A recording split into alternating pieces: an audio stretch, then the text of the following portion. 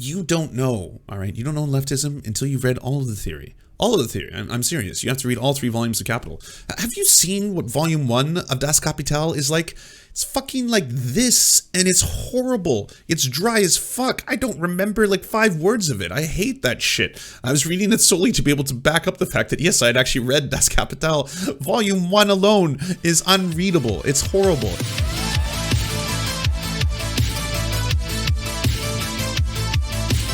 If you didn't know, by the way, and you're like, what the fuck is BreadTube? BreadTube's a Reddit thread. And for some reason, people have started to think of it as some kind of, I don't know, organization, or perhaps it's a meeting of people. Like every now and then, people sit down in the shadowy cabinet, and Big Joel comes out, and he's like, we want to now sell the prophecy. And then Abigail, she arrives, and then H-Bomber guy reveals himself, and then Contrapoints is there, of course, the queen at the head of the table, and all of them are like, we will now dictate the leftist agenda going forward. BreadTube is just, and it always has been, is a Reddit thread. That's all it was. It was a Reddit thread that was collecting videos and posting them by videos that were pushing back against the overwhelming majority of right-wing bullshit on the internet at the time. You see, the right-wingers dominated YouTube for a long time. They weren't dominating Twitter, but they were dominating YouTube. And the reason for that is pretty simple. YouTube's algorithms reward videos that keep users watching for as long as possible.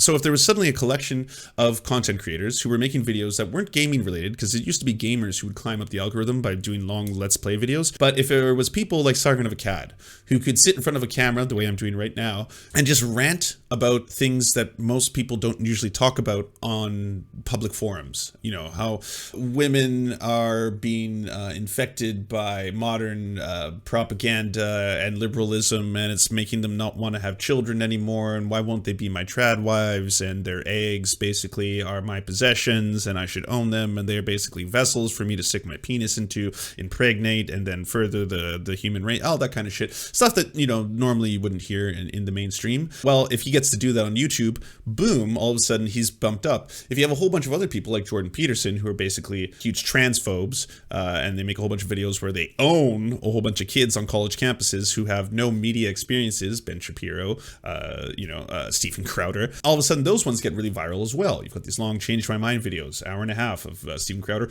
owning the liberal elites on college campuses. Again, they're usually younger people who don't have any media experience, and then it's heavily edited videos to show that, once again, look at him, just destroying them in the marketplace of ideas. Charlie Kirk was doing that grift for a long time. Anyways, that's what dominated the right wing. We all know about how the pipeline works on the YouTube. If you are starting out with one content creator, you might start out with, say, Joe Rogan. Totally innocuous. And then you go from Joe Rogan to Mr. Dave Rubin, for example. And then Dave Rubin has on Stefan Molyneux. Stefan Molyneux is on Dave Rubin's show talking about how white brains happen to weigh more than black brains. Kind of the stuff, again, that in the mainstream we would be like, well, that's just batshit pseudoscience masquerading around as wannabe eugenics. But it's totally fine if it's on the Rubin Report, because it's a high-level idea. As long as they're talking about high-level ideas, all of this is totally fine. Don't think about it. And then after that, you suddenly get into Stefan Molyneux, and then you start researching Stefan Molyneux, and then you start thinking about the Great Replacement Theory, and then that starts making sense to you, and before you know it, you're listening to Jared Taylor, because he has Jared Taylor on his show, and Jared Taylor is telling you about the wondery of the white race, and you're like, well, this is starting to make more sense to me, I guess. I mean, I'm very angry, and I don't know why, and it seems like there's this problems in society. Maybe it is all racial based. Maybe this is the right thing, and then you're watching Richard Spencer. And boom, by that point, you've achieved the end of the human centipede of alt-rightery racism and horrors. That's one direction. There's another direction now. There's what has been coined as BreadTube, but that's how the BreadTube Reddit thread really started, is that they were trying to highlight videos by early creators like Sean, 3 Arrows, H-Bomber Guy, Philosophy Tube, Contrapoints, and they were kind of highlighting them, and yes, even Peter Coffin, as much as they don't like to be referred to as part of this kind of liberal, this BreadTube elite. But the word bread in BreadTube comes from The Conquest of Bread, the book by Kropotkin, and most people who are associated with BreadTube usually have to fit into this paradigm that people have thought of as BreadTube adjacent or BreadTube fitting, and that is, you have to be a leftist, and by definition you have to be very hardcore anti-capitalist. And nothing else, or that nothing even adjacent to that seems to usually fit into that paradigm. Like if you happen to be someone who's like, well, I think capitalism is cringe and I think there's a whole bunch of things wrong with it, but I would like to see a more, let's say, humane version of capitalism, something like the Nordic countries, right? They seem to have lower prison incarceration. They seem to have very strong welfare states. They seem to pay through all this through high taxation. Maybe I'm interested in some of that kind of stuff and implementing that kind of stuff in America, similar to what I heard Bernie Sanders and AOC talk about. Well, then you're just a filthy lib. Then you're a garbage person. You're a filthy lib garbage person, and you should be shunned and shamed. And all of this is obviously a huge problem. A, because we don't have anything near close to that in Canada or the US. And I say Canada because Canada does not have free dental care. Canada does not have a pharmacare program. Canada has a really, really shitty program when it comes to mental health and how to deal with it. It's usually just one meeting that takes 6 months to get, and then it's like, oh, drugs. You probably need drugs. And I'm not saying that drugs can't help and do not save lives. They absolutely do. I'm not someone who's against psychiatry or prescription drugs. I think both are necessary in certain people's lives. I'm just saying it's a very shitty program that we have. We also don't have free education in Canada. So again, emulating the Nordic model in Canada would be fucking fantastic as well. Totally for that. There's a really weird gatekeepy thing when it comes to BreadTube, and also by virtue of the fact that many of these content creators happen to be white is also a pretty big problem. One that is addressed every now and then. You'll see something flare up and a couple people will bring it up, and then they'll promote all their smaller, creators who are not white at that time and be like, well, have you checked out Pixel Hipster, for example? Have you checked out Dead Man Animations? Have you checked out all these number of amazing content creators who don't get the same kind of, support that giant white creators do? But Contrapoints made a statement on it, and it goes as follows. I've been seeing a return of discourse about why BreadTube is so white. The answer is not that there aren't non-white creators, it's that non-white creators aren't considered BreadTube. Lately, I've been watching a new wave of, in particular, black women creators. T Noir, Intellectual Media. By the way, Intellectual Media, I fucking love. We play her show on this program all the time. If you haven't already checked out Intellectual Media, please do it. Kajija Mbawe, Nappy-Headed Jojoba, they all talk about politics at least as much as I do anyway, but I've never seen any of these women labeled BreadTube. Why? Because they talk about the experiences of black women, and that's not considered a BreadTube topic. I see viewers say things like, I don't consider black creator BreadTube because they're a lib. They don't talk about theory. Counterpoint number 1. Intellectual Media makes leftist videos about economic topics, if that's what it is about, and I've never once seen her labeled as BreadTube. True. Oh. This is still pretty big. I didn't even notice that.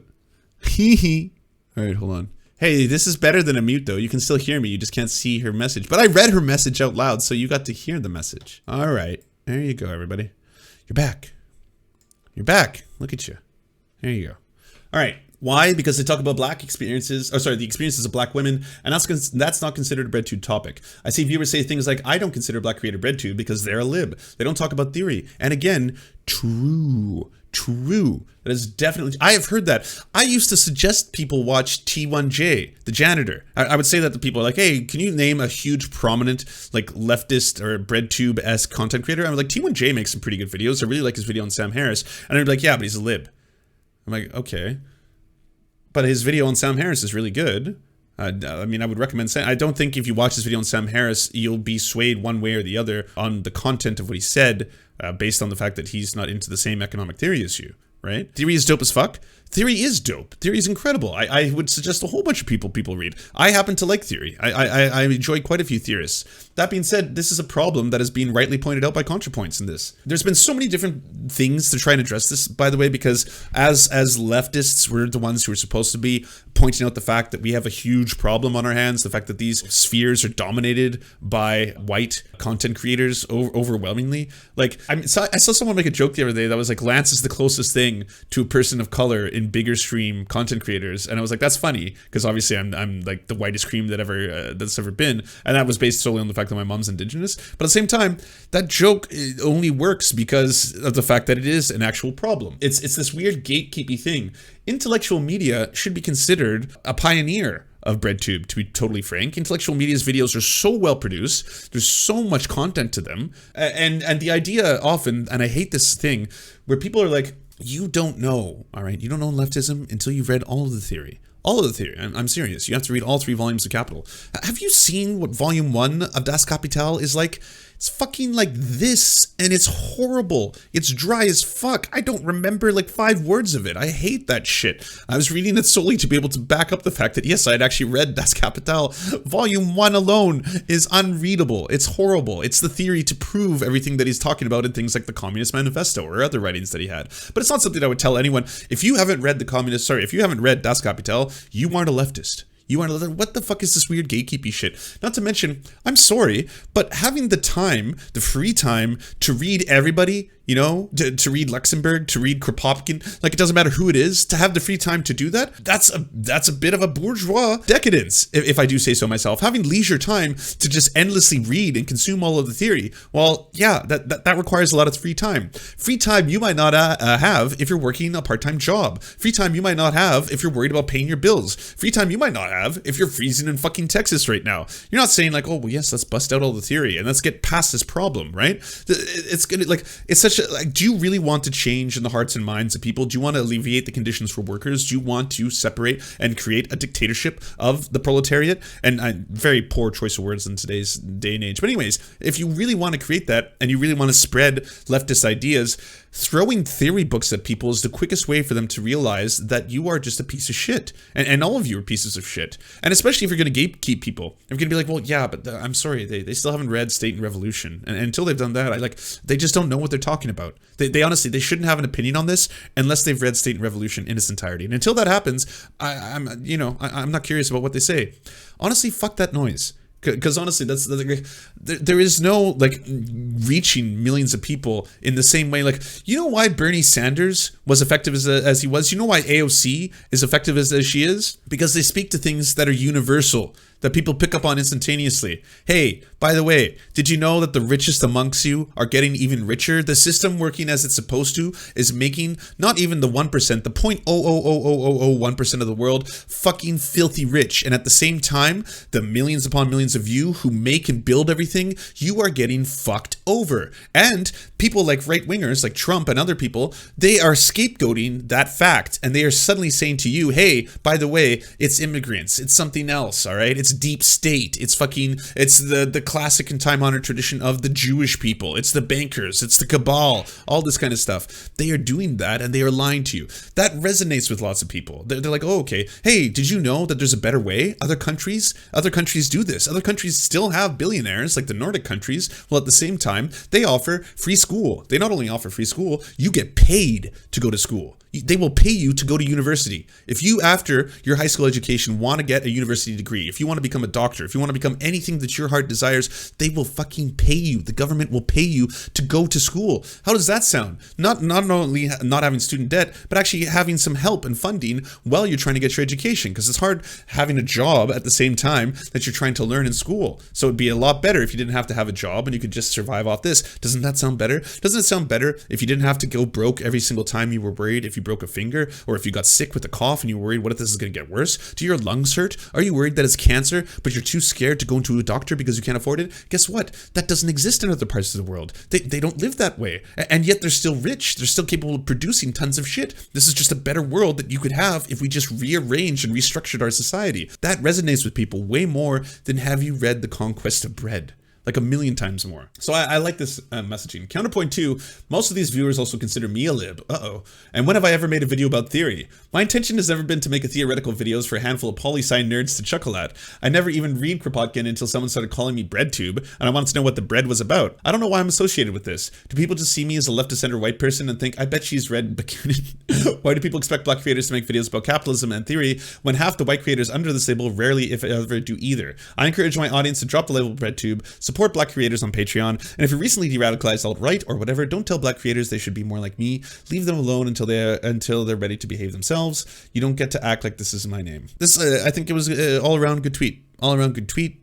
Good thing to point out, you know. Kropotkin is really fucking good, all right? One of my favorite books is one of the ones I highlight in the background, Mutual Aid, A Factor in Evolution. Read that instead of reading Jordan Peterson. See, if someone's coming towards you and you're like, I really want to read Jordan Peterson because I want to learn about the hierarchy of lobsters and how that all humans are actually based on their ability to produce alpha dogs, all that kind of pack mentality shit.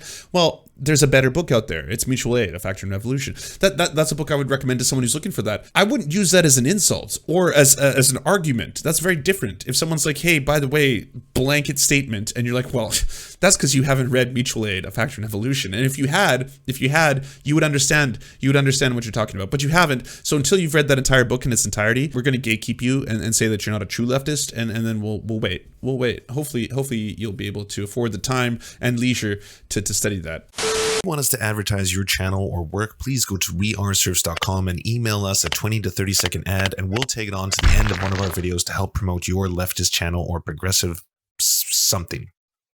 Whatever you do.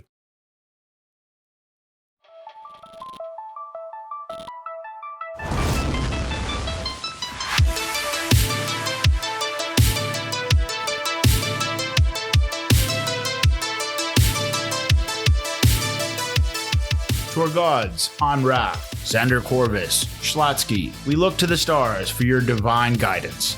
To our monarch, Tom Spiker, we are merely puppets for your amusement. To our lords, Trevor R., Alexander Thaler, Hans Josephine, Ryan Lubin, Timothy K. Meeblebeeps Jr., Bisexual Black Gamer, and Tofox, we shall carry your banner into the fog of war.